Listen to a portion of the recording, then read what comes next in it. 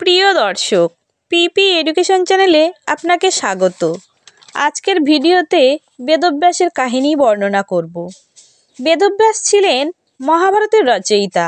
এই বেদব্যাস কুমারী মাতা মৎস্যগন্ধা ও পরাশর ঋষির পুত্র ছিলেন।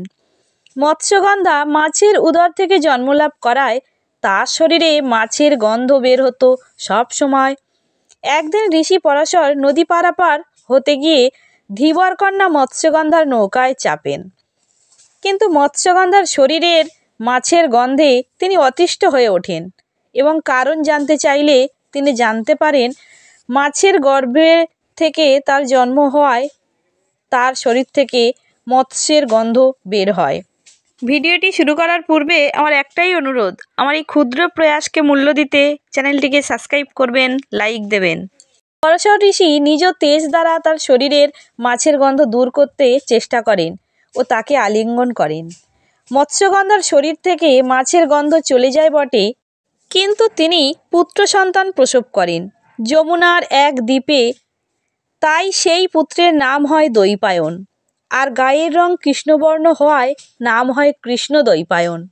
পরবর্তীকালে পিতা পরাশরের পাঠশালায় শ্রেষ্ঠ ও মনোযোগী ছাত্র হয়ে ওঠায় পরাশর তার উপাধি দেন ব্যাসদেব। ফলে তিনি হয়ে ওঠেন কৃষ্ণদ্বৈপায়ন ব্যাসদেব। ব্যাসদেব হয়ে ওঠার পরে একদিন তিনি পাথরের তৈরি পাকা সানের ঘাটে বসে ছিলেন। সেই ঘাটে নারীরা কলসি নিয়ে জল আনতে যায়। কলসির ঘর্ষণে সানের ঘাটের কোনো এক জায়গা ক্ষয়প্রাপ্ত হয়ে গেছে। হঠাৎ সেই জায়গাটি ব্যাসদেবের চোখে পড়ে। তখন ব্যাসদেব ভাবেন, যদি সামান্য কলসির আঘাতে সানের ঘাট ক্ষয়প্রাপ্ত হতে পারে, তবে ধর্মজ্ঞানহীন পাপীদের কারণে এই সমাজও শেষ হয়ে যেতে পারে। কিন্তু বেদজ্ঞান সমাজের সর্বস্তরের মানুষ গ্রহণ করতে পারে না। তাহলে এই সমাজ রক্ষা করতে হলে এমন এক গ্রন্থ রচনা করতে হবে যার দ্বারা জাতি ধর্ম বর্ণ নির্বিশেষে সমস্ত মানুষের মধ্যে ধর্মজ্ঞান জেগে উঠবে, এবং সেই গ্রন্থের মধ্যে সমাজের সমস্ত তথ্য তুলে ধরতে হবে, যার কারণে গ্রন্থের আকারও বিশাল হবে। কিন্তু কোনো একজনের পক্ষে সেটি সম্ভব নয়। তাই তিনি প্রথমে গেলেন ব্রহ্মার কাছে এবং তার চিন্তাভাবনা জানালেন। ব্রহ্মা তাকে বিষ্ণুর কাছে পাঠায়। বিষ্ণু ও সব শুনে তাকে মহাদেবের কাছে পাঠায়। তারপর তিনি মহাদেবের কাছে সব কথা খুলে বললে মহাদেব বলেন, ঋষিবর, অসাধারণ তোমার চিন্তাভাবনা।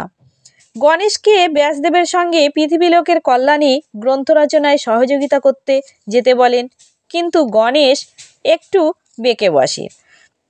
গণেশ বলেন, ওনার মতো ঋষি আমি কী বা সহযোগিতা করতে পারি। মহাদেব বললেন, উনি শুধু বলবে, তুমি শুধু লিপিবদ্ধ করবে। গণেশ চললেন ঋষি ব্যাসদেবের সঙ্গে। গ্রন্থ রচনায় বসে গণেশ বলেন, আমি লেখা শুরু করলে আমাকে থামাতে বলতে পারবে না, থামলে আমি আর গ্রন্থ রচনা করব না। তখন ব্যাসদেব ঠিক করেন তিনি শ্লোক আকারে বলবেন। তাই মহাভারত শ্লোক আকারে লিখিত হয়। শ্লোকের মানে বুঝতে গণেশের বেশ কিছুটা সময় লেগে যেত এবং তারপরে সে লিপিবদ্ধ করত। সেই ফাঁকে ঋষি ব্যাসদেব পরের শ্লোকটি কল্পনা করে নিতেন।